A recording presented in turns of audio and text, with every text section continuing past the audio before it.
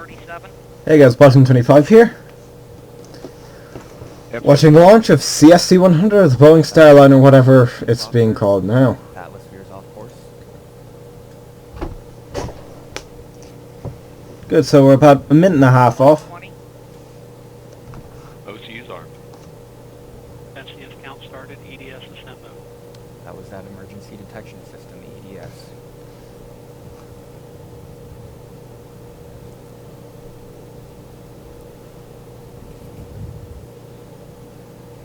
T-minus 1 minute. Rock, report range status. Range green. 55 seconds to launch. 54. BLP started.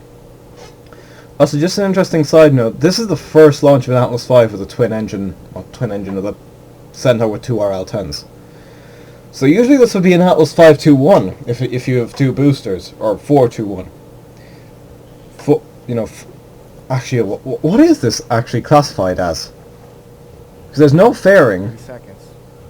So is it an 022 N22? 5 seconds. Status check. Go Atlas. Go Centaur. Go Starliner. Sorry, of course I'm going to get pedantic. This is the type of stuff I'm into. Yeah, two boosters, no fairing, and an RL and two RL-10s. 9, 8, 7, 6, 5, 4, 3, 2, 1. Ignition. And liftoff. There we go. Rise of Starliner. You said lift off a bit prematurely there, mate. The tower. Now 10 seconds into flight. Vehicle's begun the pitch over program. Body rate responses look good. Now 15 seconds in. I'm going to close that because there was a bloody thing in the way. Party 180. There was just a beam of light down my screen. Yeah, so it's rolling over, so if there were astronauts on board, they'd have their head facing the Earth as it kind of keeled over. 180 now throttling down to partial thrust as expected. Engine response looks good. Now 38 seconds in. Party 180 engine operating parameters continue to look good. Vehicle is now passing through max Q, maximum dynamic pressure. Chamber pressures on both SRBs continue to look good. RD-180 engine operating parameters also continue to look good. Now passing 1 minute into flight. N, so it's N. So this is an Atlas V N22. And Mach 1, Atlas 5 is now supersonic. It feels weird not having a 4 or 5 in front of that, honestly, but... Continue to see good chamber pressure on both SRBs. Interesting thing is that Atlas V 1 is minute, 10 not seconds into flight. going to be able to put Starliner on orbit. Responses on the vehicle look good. So it's going to take about 12 minutes. 1 minute 30 seconds in, standing by for SRB burnout. It's going to take about 12 minutes. And we have burnout on both solid rocket boosters. Atlas will hold on to the SRBs for an additional 48 seconds prior to jettison. RD-180 has gone back up to full thrust as expected. Engine response looks good. 48 seconds seems longer than they would usually do. Like I know they hold on to let any residual thrust taper off. Atlas is now 17 So miles why in is that? altitude, 11.5 miles downrange distance, traveling at 2,300 miles per hour. Now passing 2 minutes into flight. Moving at a fair clip then. RD-180 engine operating parameters continue to look good at full thrust. I'm curious to how long this actual flight to And the at 2 ISS will minutes 11 take. seconds into flight, the Atlas rocket now weighs just 1/2 of what it did at launch, burning propellant at a rate of 2,800 pounds per second. Yeah, that's insane. There you can And see we the see good SRBs have fallen indication off. of jettison of both solid rocket boosters. Well, yes, we can see them. Vehicle's gone to closed loop guidance. Yeah, Now to be just fair, under they 2 probably minutes can't because they're just remaining in the data. in the booster phase of flight. 2 minutes 35 seconds into flight. We're gonna get people saying it's RD-180 UFOs continues to because perform as the Engine's now throttling down slightly. Engine response looks good. And Atlas 5 As is the now plume traveling expands, at what I over was 5 going to times say. the speed of sound. Centaur reaction control system is now pressurizing to flight levels. System response looks good.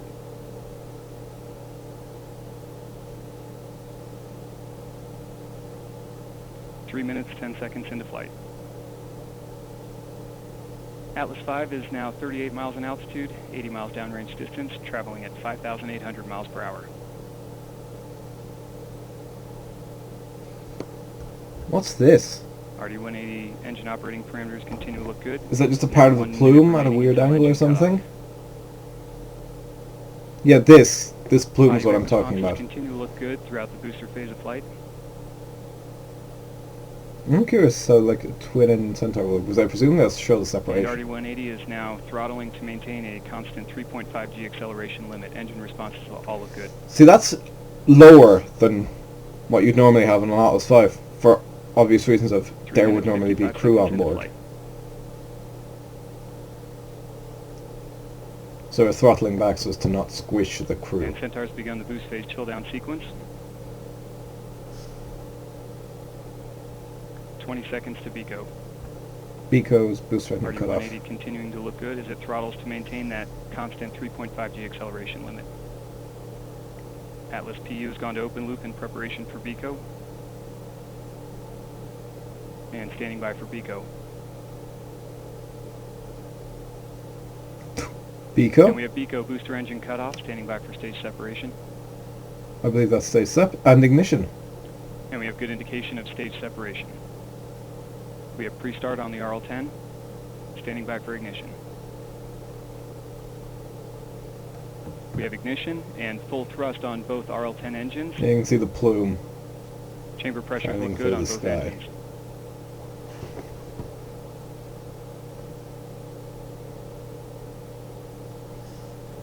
We have confirmation of ascent cover jettison on Starliner.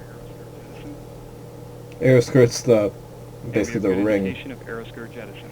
around the arse end of the Starliner. Centaur now resuming active attitude control after successful aeroskirt jettison. Chamber pressures on both RL-10 engines continue to look good. This was a very critical piece of the mission here. Staging is always a very dynamic piece of flight. Now passing 5 minutes, 30 seconds into flight.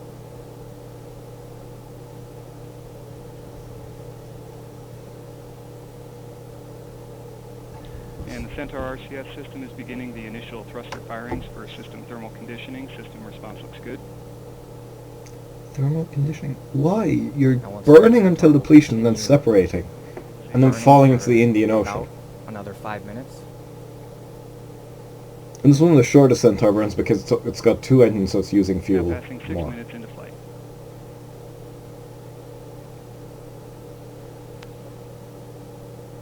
Do you not have an animation or a view from the vehicle? Centaur is now 95 miles in altitude, 570 miles downrange distance, traveling at 12,000 miles an hour.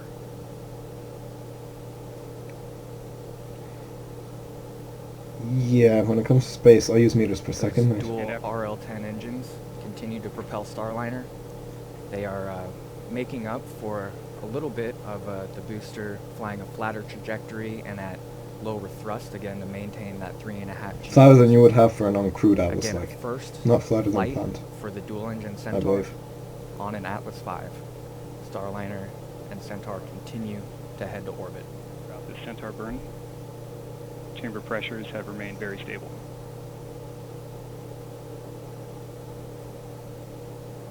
Just under 5 minutes now remaining in the burn.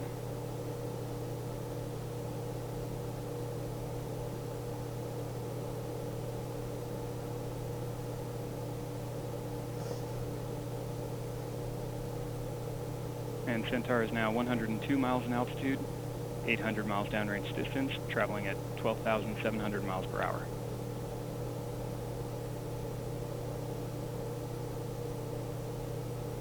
And the Centaur propellant utilization system continuing with active control looks good. Body rate responses are all very close to null. That means Atlas is flying almost exactly where it needs to be.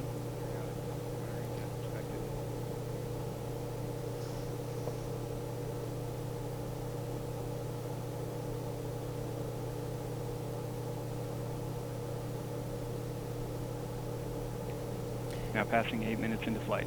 If you are just joining us, 8 minutes into Starliner's first flight. We've been through a successful booster stage separation. Centaur. Seriously, this is one of the worst launches I've seen because they don't even have the bloody animation up. The next major milestone. So all we see is just a bunch of... at 11 minutes Now, and 50. no offense! Like, I'm not trying to insult the people in the mission control centers, but they're not exactly interesting to look at. And engines are continuing to perform well throughout the burn Because, and well, to be reporting fair, good. it would be essentially if I'm playing a game, like if I'm doing FSX or World of Warships or Cold Waters or KSB or whatever, and instead of seeing me playing the game, like instead of seeing the game, all you see is the face cam, just full screen.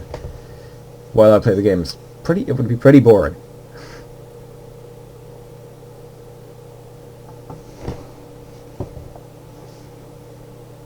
And now coming up on 9 minutes into flight, Centaur is 101 miles in altitude, 1,200 miles downrange distance, traveling at 14,300 miles per hour.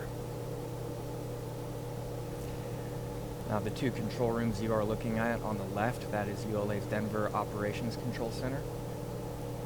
They are a backup control room for the control room on the right, which is the actual Atlas Spaceflight Operations Center. They were the ones who launched the rocket about 9.5 minutes ago. Cheers.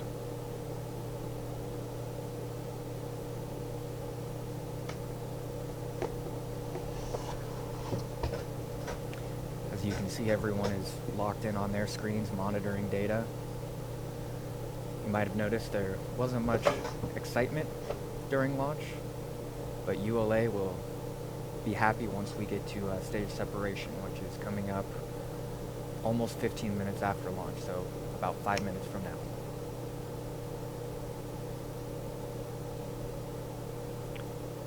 Centaur system performance remains nominal throughout this burn, continuing to see stable values on our fuel and oxidizer tank pressures, main vehicle battery temperatures and pressures, and continuing to see good pressures on our helium and hydrazine storage bottles. Telemetry quality has been good throughout this burn, only seeing very brief Then why have minor you not dropouts. shown that animation?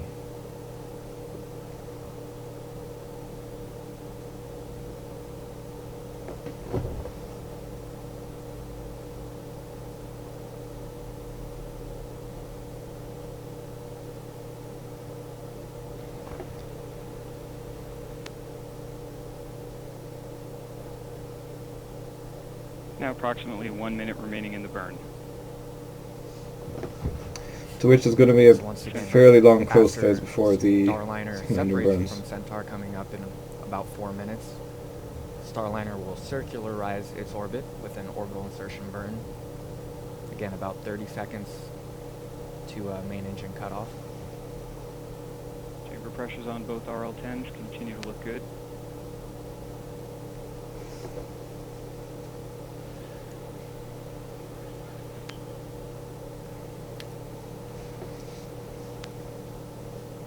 Now ahead of main engine cutoff, we are seeing good tank pressure on Starliner itself. Batteries are in a nominal temperature, good pressure sensor readings from Starliner as it prepares to free fly for the first time in orbit. It's definitely going to be Standing interesting. by for main engine cutoff.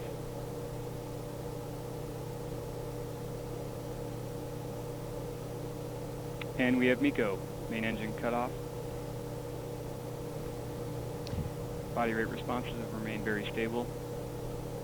Now passing 12 minutes into flight.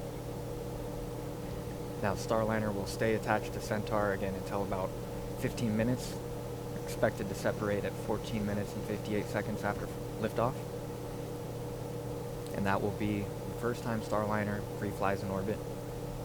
And at that point, Richard Jones and his team in Houston will have full control over the vehicle.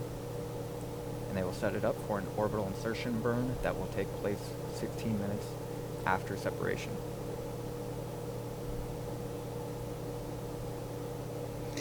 Yeah, this I am going to stick around for because this is an important mission.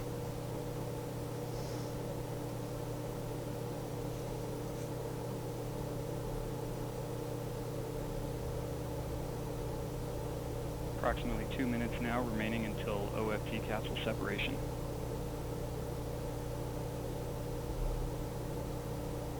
Body rate responses continue to look very stable throughout this coast.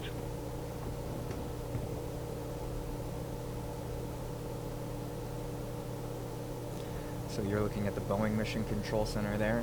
At this point, they have transitioned to a mission support room. The people you're seeing sitting on console designed, tested, and built Starliner. They are the experts on the systems.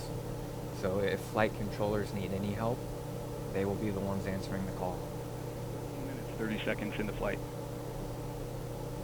Now, in just over a minute, we're expecting to hear that Starliner has separated from the vehicle.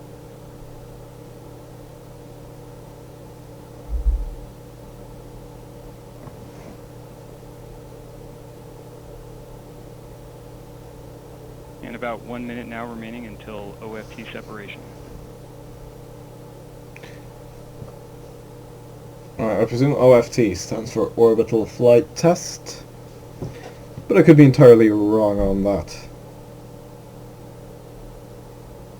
Body rates in the roll pitch and yaw direction, all very close to null.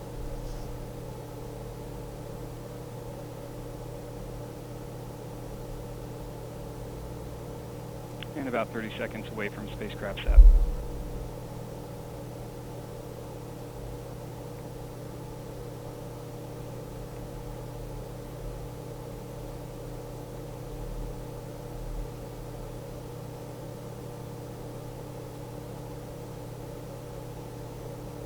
Now standing by for spacecraft separation.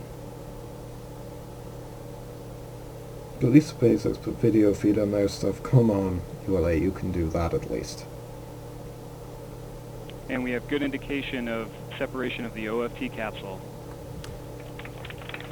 Good. There it is. ULA We surely should has save. successfully completed their piece of the mission. Starliner is free flying for the first time in space. From here, the Johnson Space Center mission controllers will be flying Starliner. We will hear reports exclusively from there. And Starliner's software has been switched to orbit mode, meaning the spacecraft is executing the commands it needs for operating in space following a successful launch into orbit, into the orbital trajectory. This is just one step flight controllers are taking in configuring Starliner now that it's flying on its own.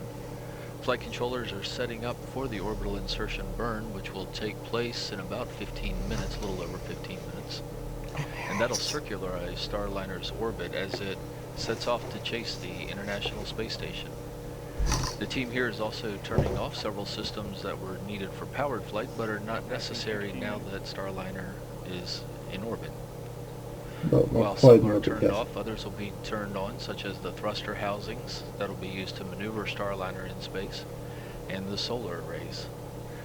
The thrusters will steer Starliner through Wait, orbit. Starliner has solar arrays? This will, of course, convert the sun's energy into electric energy. to Where charge are the spacecraft. solar arrays on the Starliner? The Centaur has intentionally left Starliner in an elliptical trajectory that would make it easy for the spacecraft and, more importantly, its future crews to come back to Earth at this point if there were a problem. Okay. But that means it's all on Starliner to make it the rest of the way into a stable orbit and on track for the space station docking.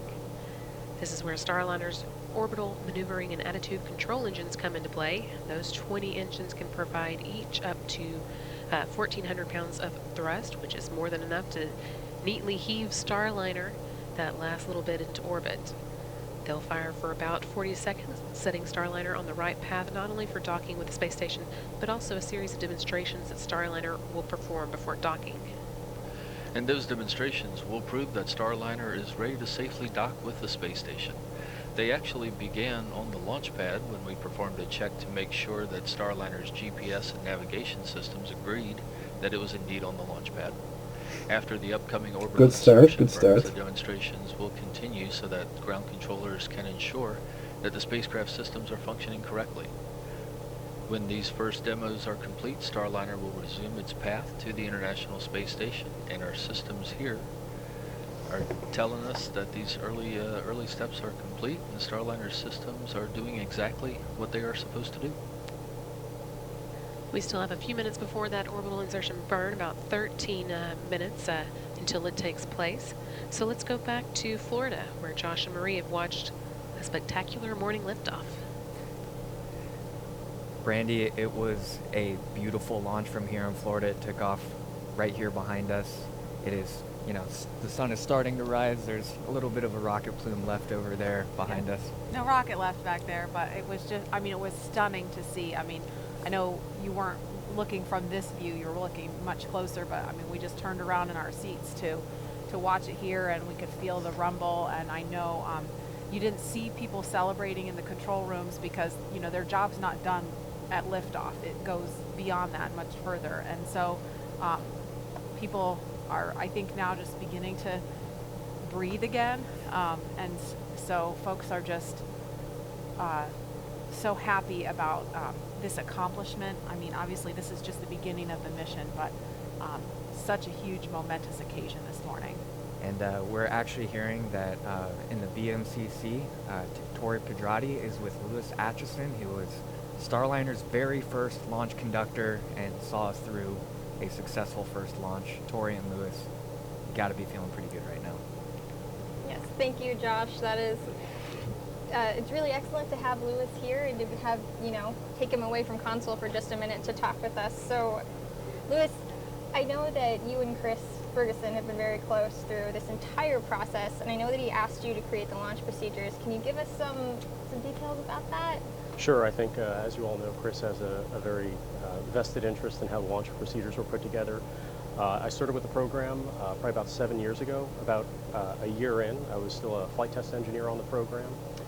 Happened to run into Chris in the elevator on the way to work one morning, and quite frankly, I didn't know he knew my name, but he said, "Hey, Louis, if you got a little bit of spare time, can you work and maybe see if you can figure out how these launch procedures are going to work for the program?" And of course, I was like, "Oh yeah, sure, spare time. I can find time to, you know, gen up some launch procedures."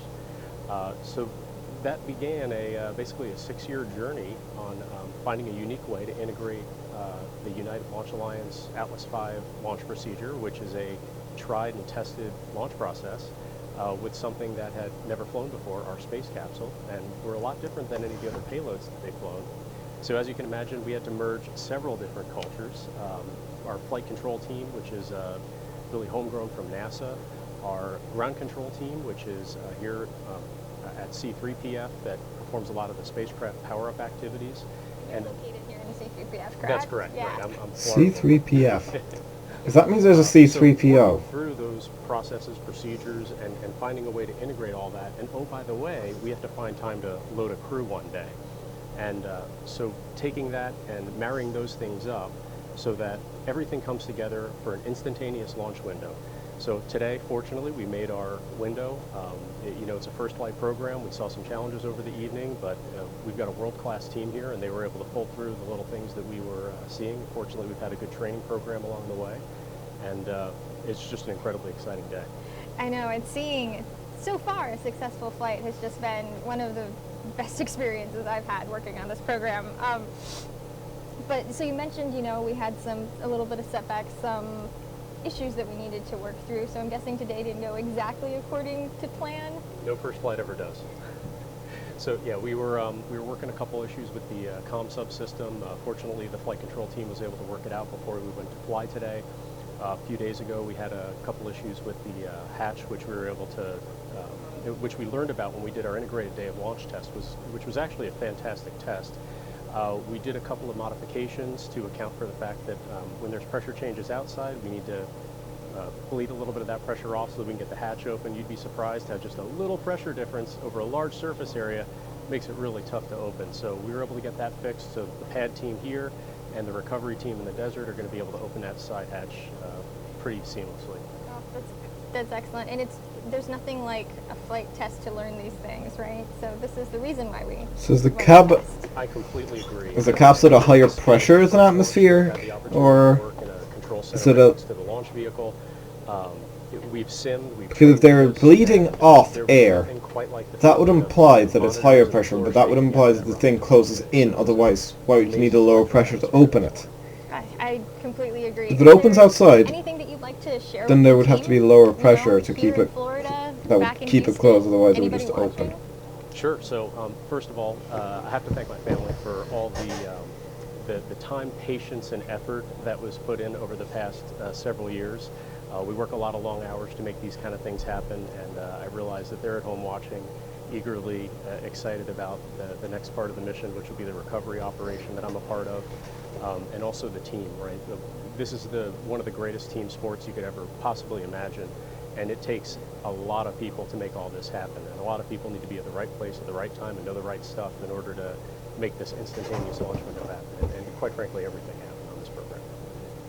Right. Well, thank you, Lewis. It's been great to have you here. Thank you so much for taking some time to talk to us. Thank you. Josh, Marie, back to you. Thank Thanks you. a lot, Tori. Thanks so much, Tori. Well, before we go back to JSC as they're getting ready for the orbital insertion burn, I just want to, send a message out to everyone watching, not here from Florida. If you've never seen a rocket launch before, No, I it's have like not. nothing you've ever seen. I mean, it quite literally looks like another sun is rising up into the sky. So the next time we do this, there's going to be people on board.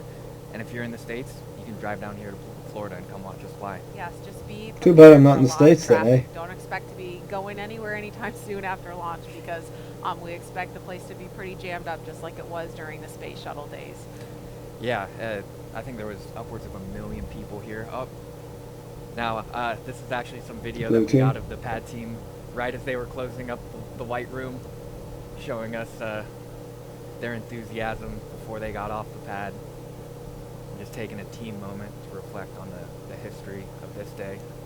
Yeah, I mean, and you don't always see it when we're doing these operational things, but the people behind the scenes, I mean, you saw them in that embrace there. It's really like a family. NASA, Boeing, ULA, we work side by side together every day. These people putting in these long hours, they're doing this together, everybody working towards a common goal. And you saw the culmination of that when we had that instantaneous liftoff on the first try. Exactly, and like you said, it's very much like a family. A lot of these folks are going to be spending Christmas, making sure Starliner is doing well attached to the International Space Station. It just takes so much hard work and dedication to do what they do. So, Okay, so we now wanna we're go just back heading over for the to orbital Houston. We are standing insertion. by. Before too long, Starliner is going to be in orbit, so we want to get an update from Steve and Brandy to see how things are going over there. Hi, guys. Thank you, folks. It is looking very good here in Houston. We are about 5.5 minutes away from the orbital insertion burn that's going to circularize the orbit of Starliner. Starliner is currently flying over Southeast Europe as it begins its chase. About 25 minutes ago, begun its chase of the International Space Station. That's right. The International Space Station was about 260 miles over Great Australian Bight, south of Western Australia, when Starliner launched today, and the crew members on board were sent us would some be video of their launch. So I know you're considerably probably low. following along and cheering with everybody here on the ground as well. They're looking You're forward going to catch up to quite seeing a Starliner bit. dock to the space station tomorrow. And it's going Hold up, what? Going to take a little more than 24 hours for the Starliner to reach. So are they putting it up Space Station above for and then we'll this drop flight down? test. The regular docking scenario will not take that long when there is a crew on board, but since this is the first flight of Starliner, we want to make sure that all the systems are working, that everything's doing what it's supposed to. After all, Starliner is flying itself to this. So even though it's going Mach 25 right now, What the was 17,500 that? miles an hour to catch up to the space station, still going to take a little time. Make sure all the systems are working the way they're supposed to. Make sure Starliner knows where it is, where it's going, and will reach it in time. That's right. And we're now about 4 minutes away from that orbital insertion burn. The team here on the ground is following along, making sure that all the systems are hooking up and talking like they're supposed to as we do get closer to that. That'll be about a 40-second burn. Again, moving the Starliner into the right orbit to catch up with space station. And it's going to be the 4 OMAC engines that are on Starliner. They are orbital maneuvering and control engines, 1,500 pounds of thrust each, so combined a 6,000-pound kick to push Starliner a little bit higher, a little bit faster, raise the orbit, and get everything together. Of course, those engines are going to play a big role. So that thing almost flew right over my house. 24 hours as the So over Starliner Southern Ireland. makes its run at the International Space Station. And we are now about 3 minutes and 14 seconds away from the orbital insertion burn. This, of course, follows a terrific launch this morning and the power of the Atlas V, putting Starliner on the exact right course and speeding it from 0 to orbital velocity. in just about 11 and a half minutes, I think, of powered flight. It's amazing how little time it takes to get to space. So controllers here are looking carefully at all of their systems, making sure everything's good. It's very quiet here in the control room, which is always a good sign. I mean, the controllers are heads down, watching over the systems and keeping track of everything that's going on just above the Mideast now.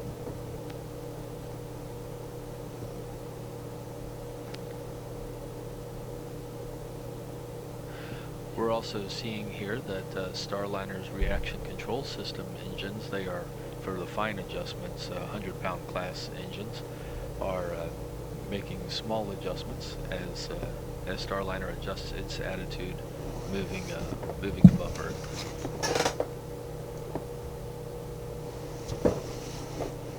Less than 2 minutes to go until that burn. It is a rather an odd attitude for a burn.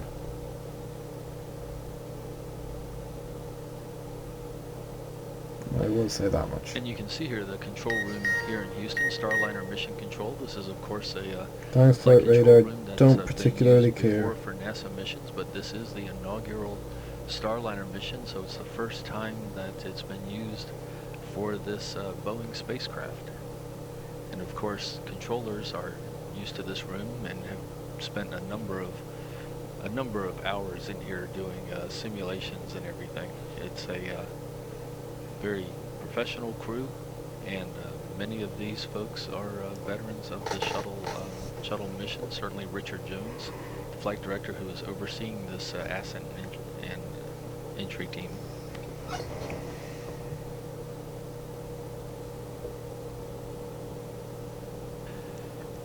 And we are less than a minute away from the orbital insertion burn. Flight controllers here are not working any technical issues. The OMAC engines are getting positioned to make that 40-second firing that will circularize Starliner's orbit and get it into a position to continue its chase to the International Space Station, which is itself currently coming up on Central America. That's a good half orbit separation.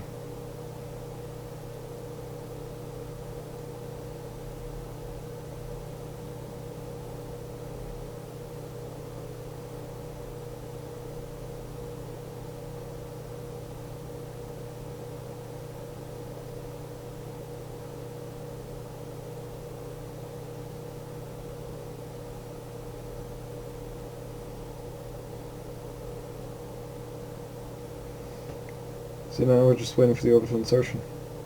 Don't know how long that burn is going to take though.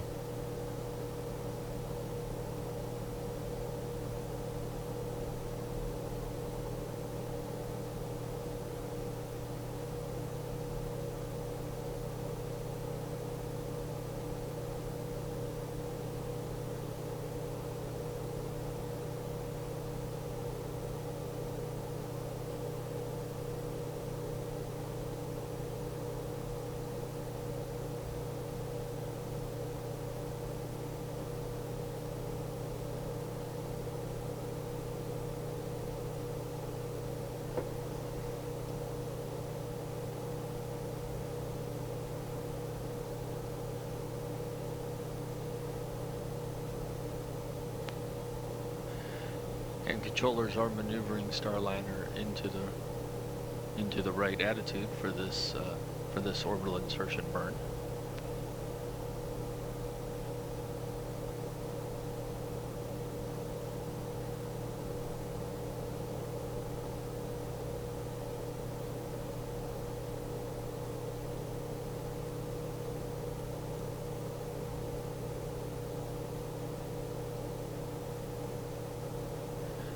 Controllers watching the systems.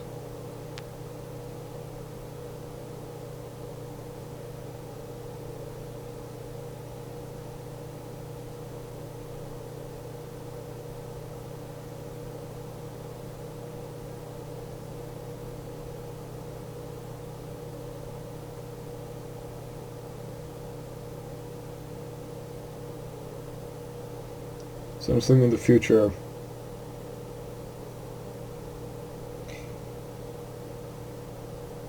What's it called?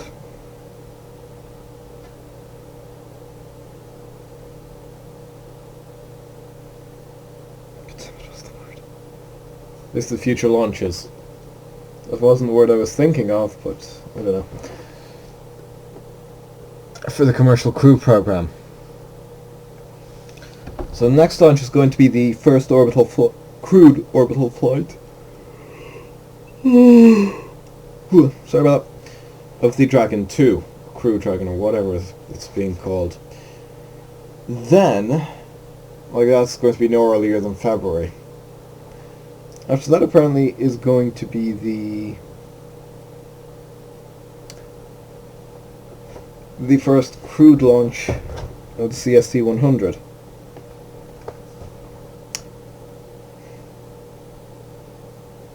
After that, there's going to be the first flight of the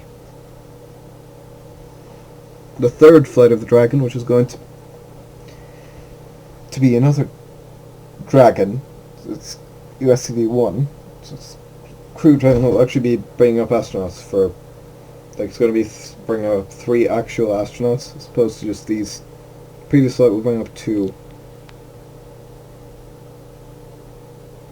Because at that point they're just testing, and those will only spend a short amount of time on station, I presume.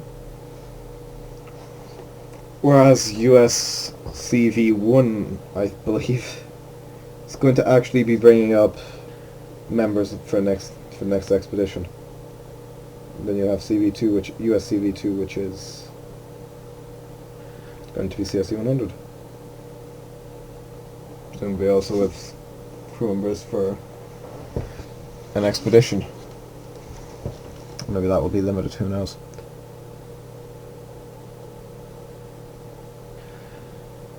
And the orbital insertion burn has been delayed. Controllers are watching the attitude of Starliner as it positions itself and looking at the spacecraft in flight.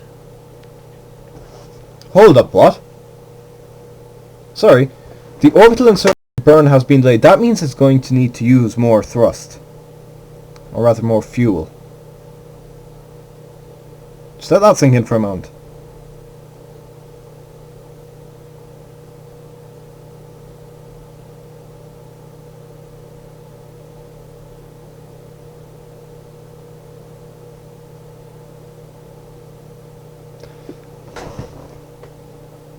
This mission might end up being cut short if things keep up like this.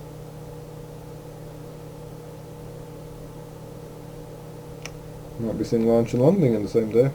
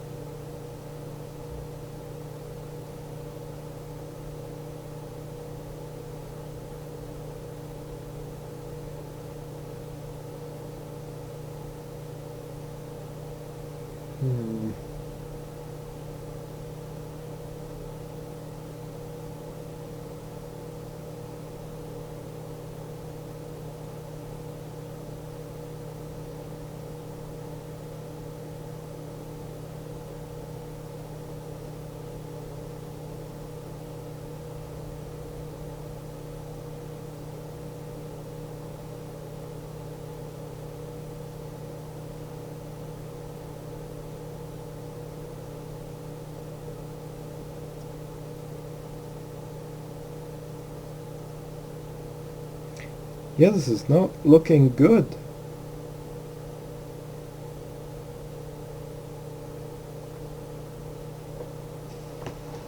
Sorry, I'm just currently looking and trying to figure out what the fuck is going on.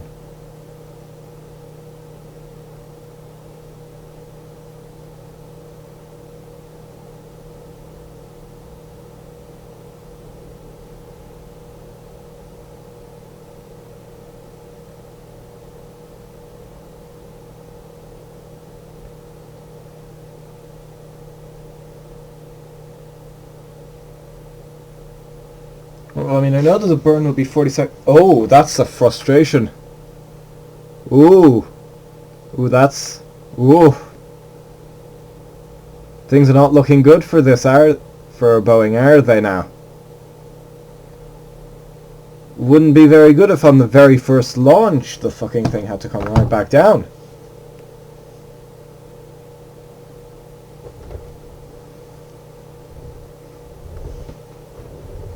It's like, oh, we've delayed this. How long are you gonna delay it? Because at that point, like, you're going to reach a point where you no longer have the delta V required to intercept the ISS. It's going to be a point where you no longer have the delta V to make orbit, and at that point, what do? Do you attempt to boost to make it back to the US? Is this going to be a Gagarin style status of we're going and then we're back?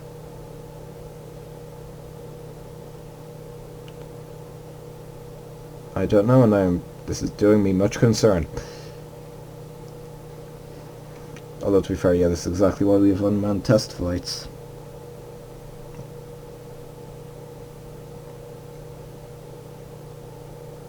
So yeah, things are not looking good.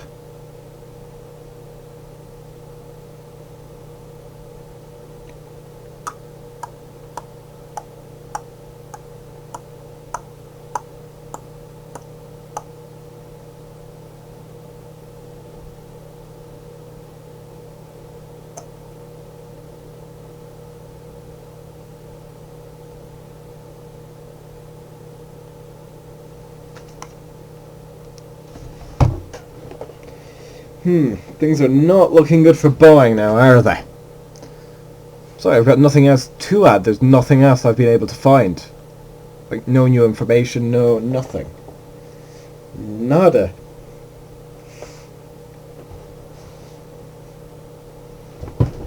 I'm like, okay, you can learn from failure, but it's better to learn from other people's failures. It's much better to learn from success, I believe, is what Elon said.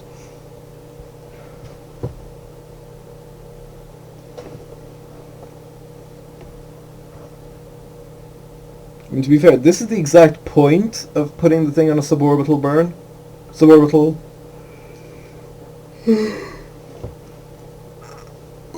Trajectory. That in case the engines don't work, you'll just come back down. As opposed to staying up there. Being unable to deorbit. Yeah, they're very much stressed, I can tell.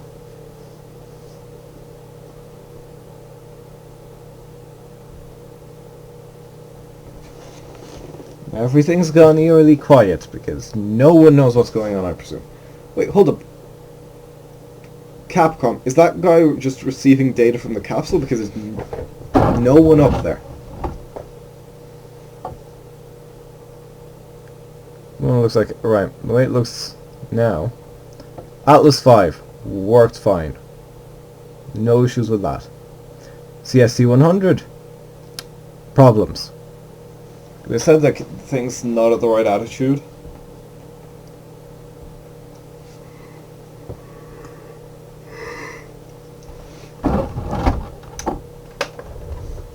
But now I am actually very much seriously questioning whether they will be able to make orbit.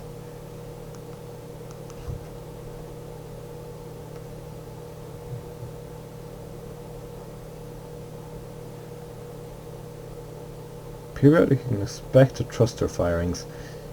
Yeah, then why is it not being able to do the orbital insertion burn?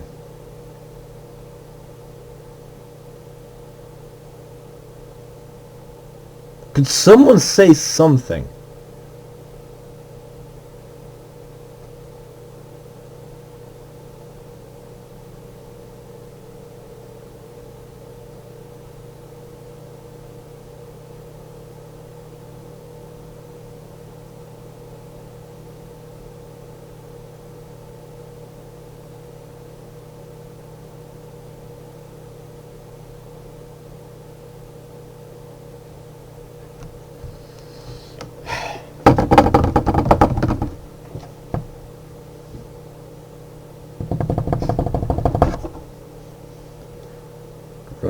please, because things are not looking too good.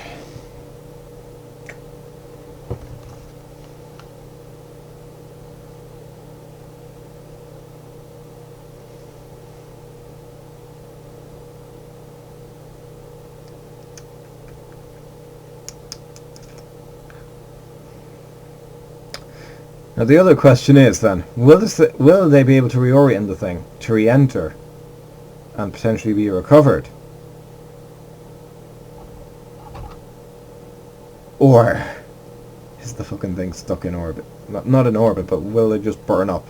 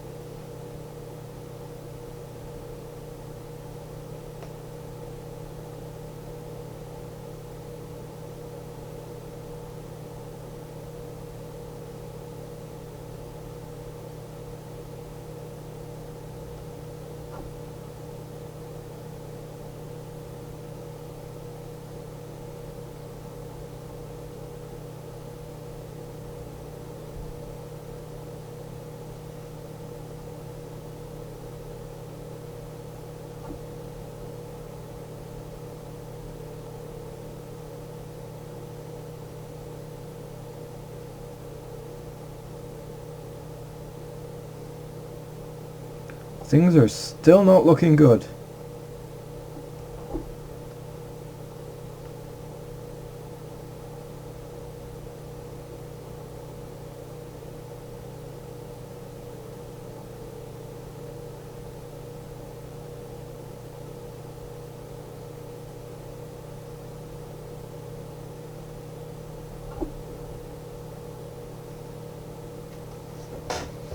Yeah, people are not looking too happy right now.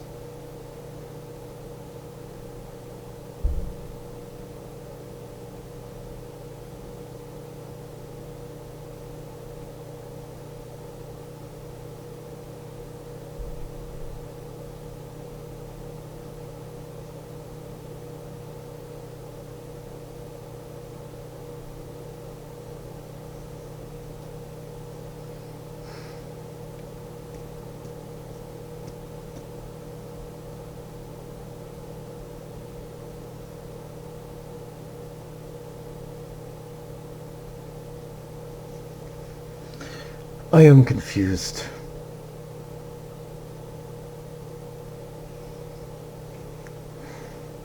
They're not even saying anything like, oh, things are like, not even acknowledging things have gone wrong. They said, oh, launch is delayed. Teams are in control of the space.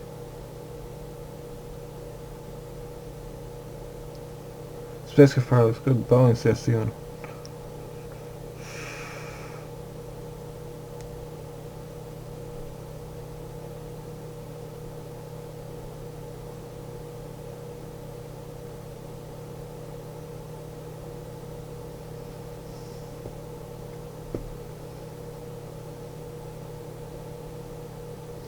Off-nominal orbital insertion made. It looks like you can't even get that done.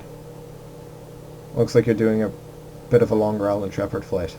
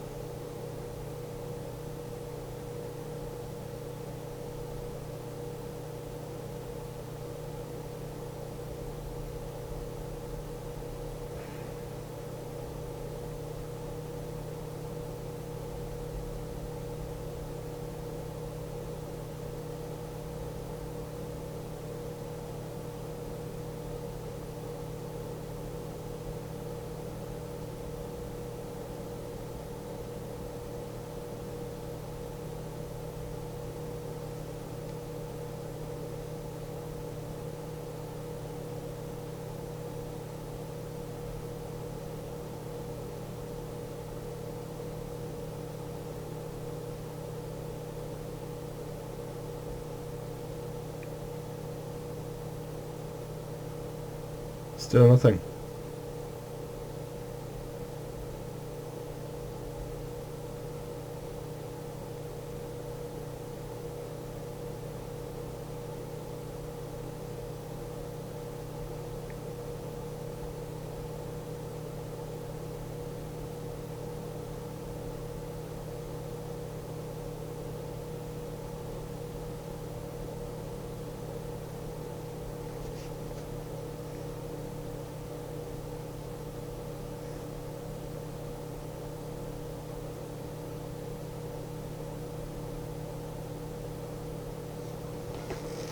Still nada.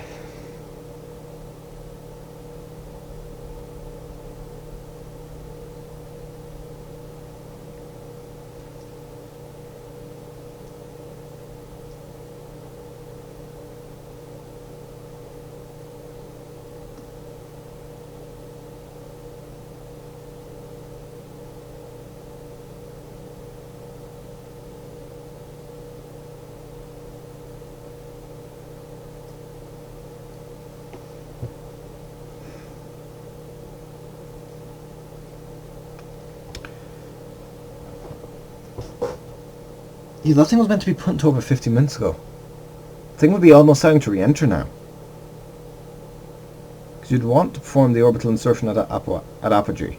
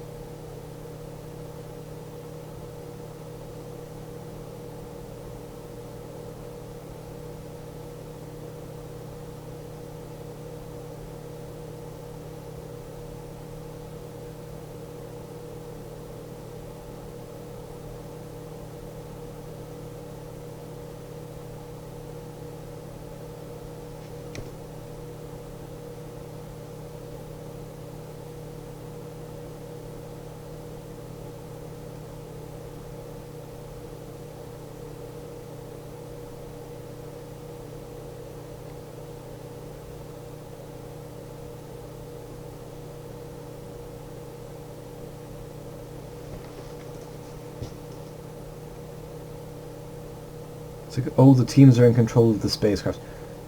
Yeah, great, but you can tell the looks on their face that they've got that they're doing everything they can, but they're not getting anywhere.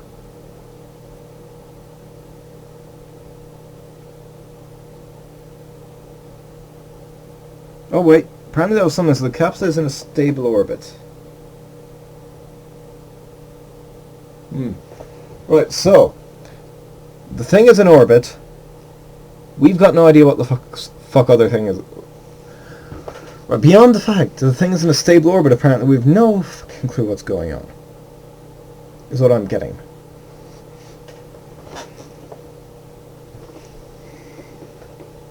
So yeah, basically what we've got is the launch abort to orbit.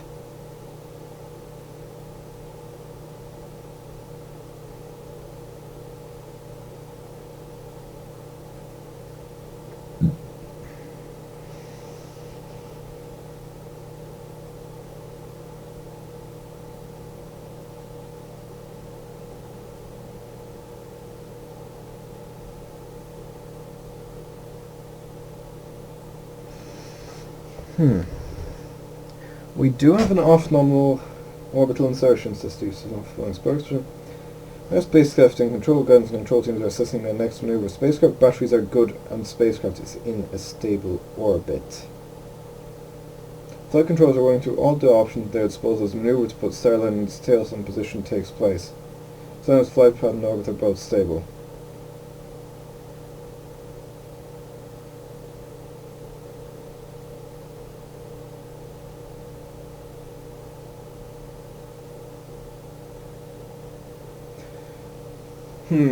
Alright, so well at least I now know where the solar panels are. They're on the arse end of it.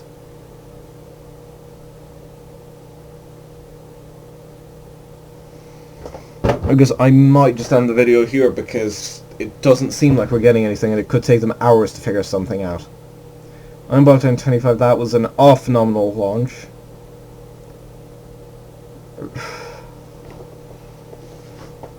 So it's working and off-nominal, so they're trying to figure out what to do next. Yeah, I'm about N25, that was that. Off-nominal launch. A Starliner and an Atlas 5 N22. I mean, best of luck to Boeing. Hopefully they can get this situation fixed. I'm Bottom 25. Goodbye.